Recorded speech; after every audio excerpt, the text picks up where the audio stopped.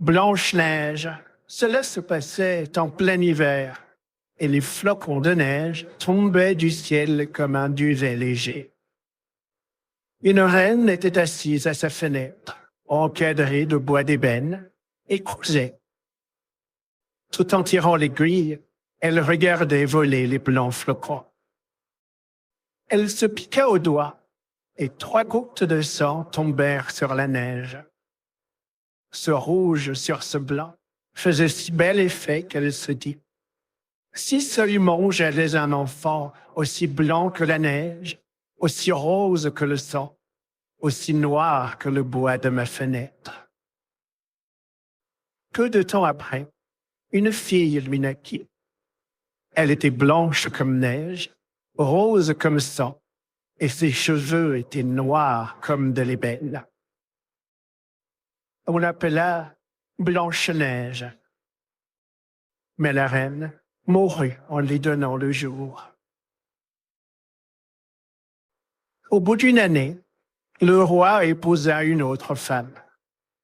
Elle était très belle, mais elle était fière et vaniteuse et ne pouvait souffrir que quelqu'un la surpassât en beauté. Elle possédait un miroir magique. Quand elle s'y regardait en disant: « Miroir, miroir joli, qui est la plus belle au pays? » Le miroir répondait: « Madame la reine, vous êtes la plus belle au pays. » Et elle était contente. Elle savait que le miroir disait la vérité. Blanche-Neige, cependant, grandissait et devenait de plus en plus belle. Quand elle eut atteint ses 7 ans, elle était déjà plus jolie que le jour et plus belle que la reine elle-même.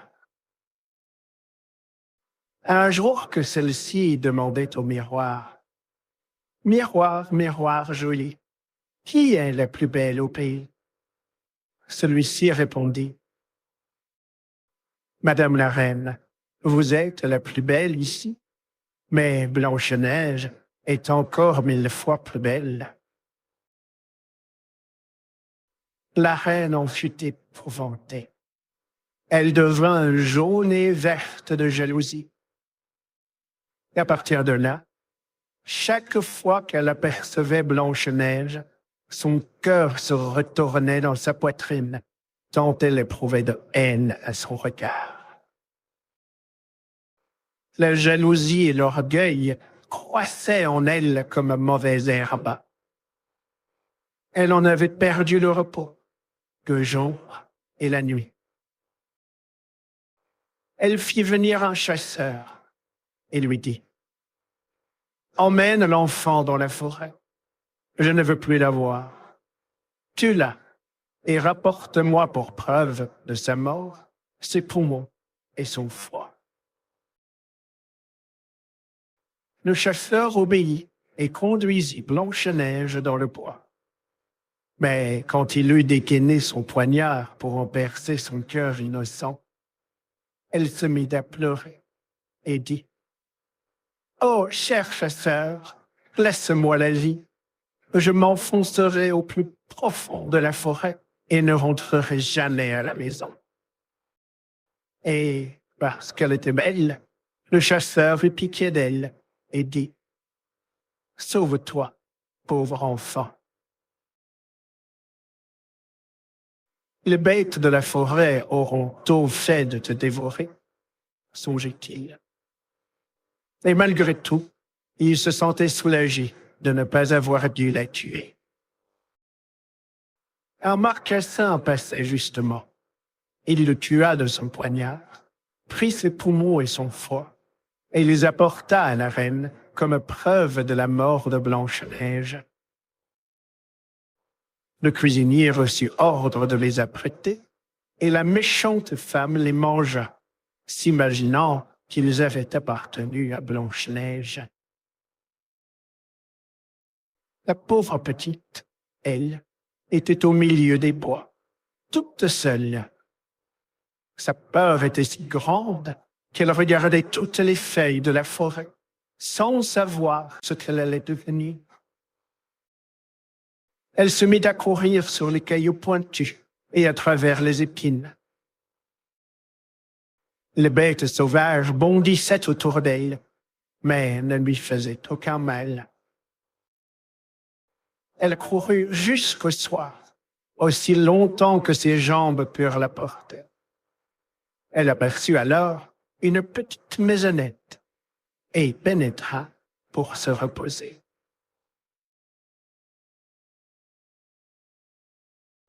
Dans la maisonnette, tout était minuscule, gracieux et propre.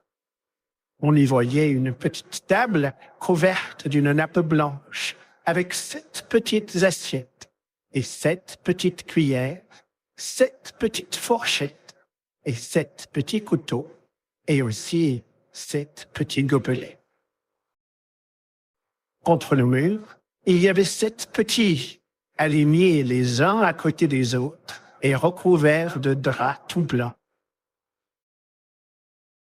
Blanche-Neige avait si faim et si soif qu'elle prit dans chaque assiette un peu de légumes et de pain et but une goutte de vin dans chaque gobelet, car elle ne voulait pas manger la portion tout entière de l'un des convives. Fatiguée, elle voulut ensuite se coucher, mais aucun des lits ne lui convenait. L'un était trop long, l'autre trop court. Elle les essaya tous. Le 7e, enfin, fut à sa taille. Elle s'y allongea, se confia à Dieu et s'endormit.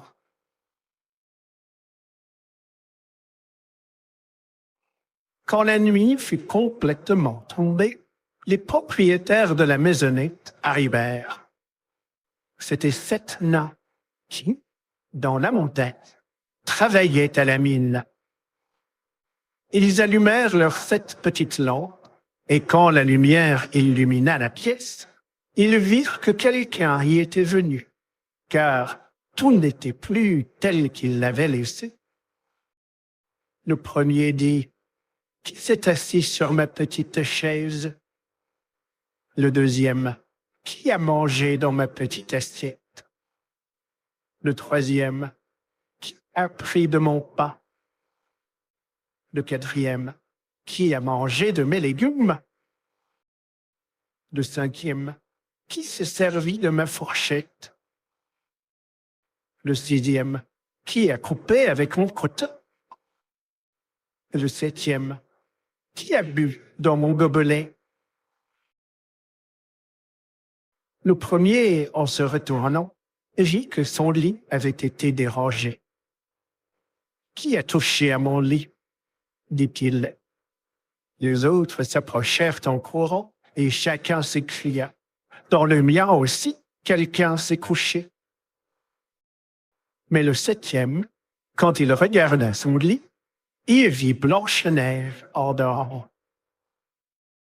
Il appela les autres, qui vinrent bien vite et poussèrent des cris étonnés. Ils prirent leurs 7 petites lampes et éclairèrent le visage de Blanche-Neige. « Seigneur Dieu, s'écrièrent-ils, que cet enfant est joli. » Ils en eurent tant de joie qu'ils ne l'éveillèrent pas et la laissèrent dormir dans le petit. Le 7e des nains coucha avec ses compagnons, 1 heure avec chacun, et la nuit passa ainsi. Au matin, Blanche-Neige s'éveilla. Quand elle vit les 7 nains, elle s'effraya. Mais ils la regardaient avec amitié et posaient déjà des questions. « Comment t'appelles-tu? »« Je m'appelle Blanche-Neige, » répondit-elle.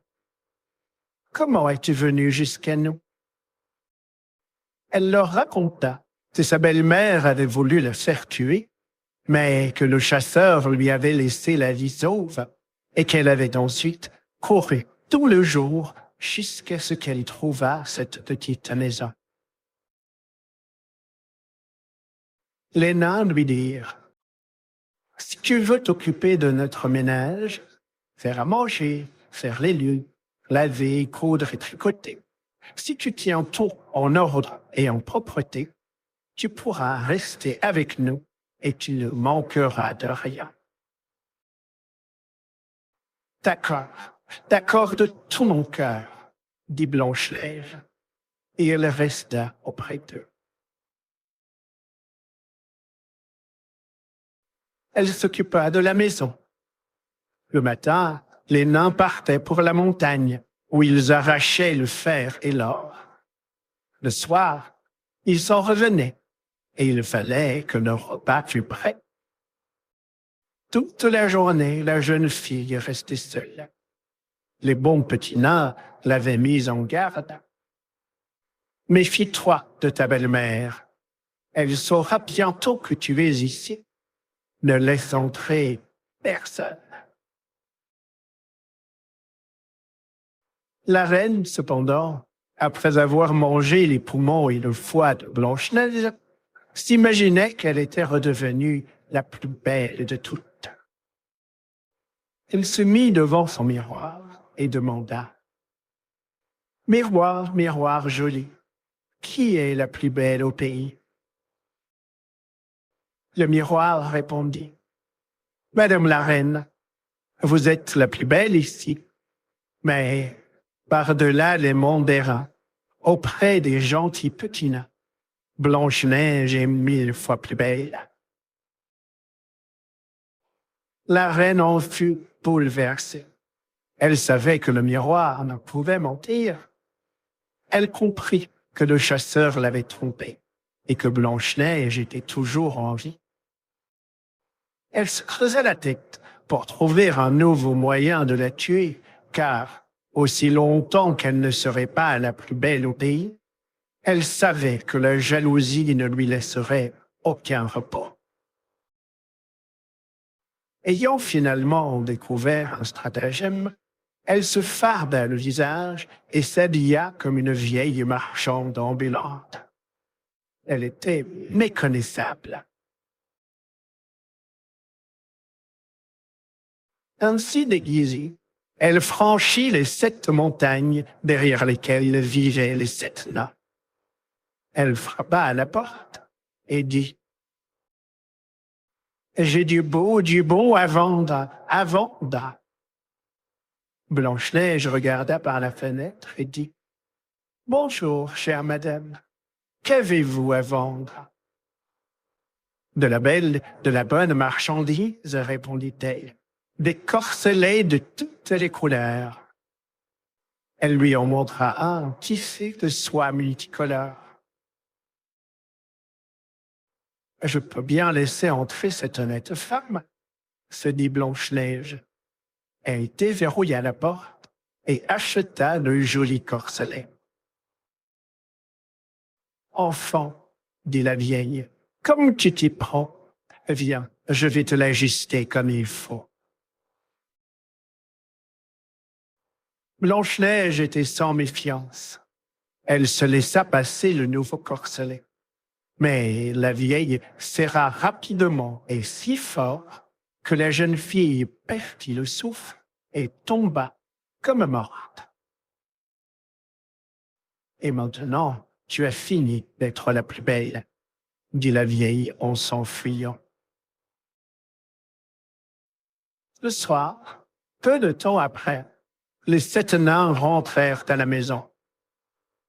Quel effroi furent le leur lorsqu'ils virent leur chère Blanche-Neige étendue sur le sol, immobile et comme sans vie. Ils la soulevèrent et virent que son corselet la serrait trop. Ils en coupèrent vite le cordonnet. La jeune fille commença à respirer doucement et, peu à peu, elle revint à elle. Quand les nains apprirent ce qui s'était passé, ils dirent, « La vieille marchande n'était autre que cette mécréante de reine. Garde-toi et ne laisse entrer personne quand nous ne serons pas là. » La méchante femme, elle, dès son retour au château, s'était placée devant son miroir et avait demandé: Miroir, miroir joli, qui est la plus belle au pays? Une nouvelle fois, le miroir avait répondu: Madame la reine, vous êtes la plus belle ici. Mais par-delà les monts d'Airain, auprès des gentils petits nains, Blanche-Neige est 1000 fois plus belle. Quand la reine entendit ces mots, elle en fut si bouleversée qu'elle sentit son cœur étouffé. Elle comprit que Blanche-Neige avait recouvré la vie. Eh bien, dit-elle, je vais trouver quelque moyen qui te fera disparaître à tout jamais. Par un tour de sorcellerie qu'elle connaissait, elle empoisonna un peigne. Elle se déguisa à nouveau et prit l'aspect d'une autre vieille femme. Elle franchit ainsi les 7 montagnes en direction de la maison des 7 nains, frappa à la porte et cria: Bonne marchandise à vendre. Blanche-Neige regarda par la fenêtre et dit: Passez votre chemin, et je n'ai le droit d'ouvrir à quiconque. Mais tu peux bien regarder, dit la vieille en lui montrant le peigne empoisonné. Je vais te peigner joliment. La pauvre Blanche-Neige ne se douta de rien et laissa faire la vieille. À peine le peigne eut-il touché ses cheveux que le poison agit et que la jeune fille tomba sans connaissance. Et voilà, dit la méchante femme, c'en est fait de toi, prodige de beauté. Et elle s'en alla. Par bonheur, le soir arriva vite et les 7 nains rentrèrent à la maison. Quand ils virent Blanche-Neige étendue comme morte sur le sol, ils songèrent aussitôt à la marâtre, cherchèrent et trouvèrent le peigne empoisonné. Dès qu'ils l'eurent retiré de ses cheveux, Blanche-Neige revint à elle et elle leur raconta ce qui s'était passé. Ils lui demandèrent, une fois de plus, d'être sur ses gardes et de n'ouvrir à personne. Rentrée chez elle, la reine s'était placée devant son miroir et avait demandé: Miroir, miroir joli, qui est la plus belle au pays? Et comme la fois précédente, le miroir répondit: Madame la reine, vous êtes la plus belle ici, mais par-delà les monts d'Airain, auprès des gentils petits nains, Blanche-Neige est 1000 fois plus belle. Quand la reine entendit cela, elle se mit à trembler de colère. Il faut que Blanche-Neige meure, s'écria-t-elle. Dussé-je en périr moi-même? Elle se rendit dans une chambre sombre et isolée, où personne n'allait jamais, et prépara une pomme empoisonnée. Extérieurement, elle semblait belle, blanche et rouge, si bien qu'elle faisait envie à quiconque la voyait. Mais il suffisait d'en manger un tout petit morceau pour mourir. Quand tout fut prêt, la reine se farda le visage et se déguisa en paysanne. Ainsi transformée, elle franchit les 7 montagnes pour aller chez les 7 nains. Elle frappa à la porte. Blanche-Neige se pencha à la fenêtre et dit: Je n'ai le droit de laisser entrer quiconque ici. Les 7 nains me l'ont interdit. D'accord, répondit la paysanne. J'arriverai bien à vendre mes pommes ailleurs, mais je vais t'en offrir une. Non, dit Blanche-Neige, je n'ai pas le droit d'accepter quoi que ce soit. Aurais-tu peur d'être empoisonnée? Demanda la vieille. Regarde, Je partage la pomme en deux. Tu mangeras la moitié qui est rouge, et moi, celle qui est blanche. La pomme avait été traitée avec tant d'art que seule la moitié était empoisonnée. Blanche-Neige regarda le fruit avec envie, et quand elle vit que le paysan en mangeait, elle ne put résister plus longtemps. Elle tendit la main et prit la partie empoisonnée de la pomme. À peine y eut-elle mis les dents qu'elle tomba morte sur le sol. La reine la regarda de ses yeux méchants avec Anna et dit: « Blanche comme neige, rose comme sang, noire comme ébène. Cette fois-ci, les nains ne pourront plus te réveiller. » Et quand elle fut de retour chez elle, elle demanda au miroir: « Miroir, miroir joli, qui est la plus belle au pays? » Celui-ci répondit enfin: « Madame la reine, vous êtes la plus belle au pays. » Et son cœur jaloux trouva le repos, pour autant qu'un cœur jaloux puisse le trouver.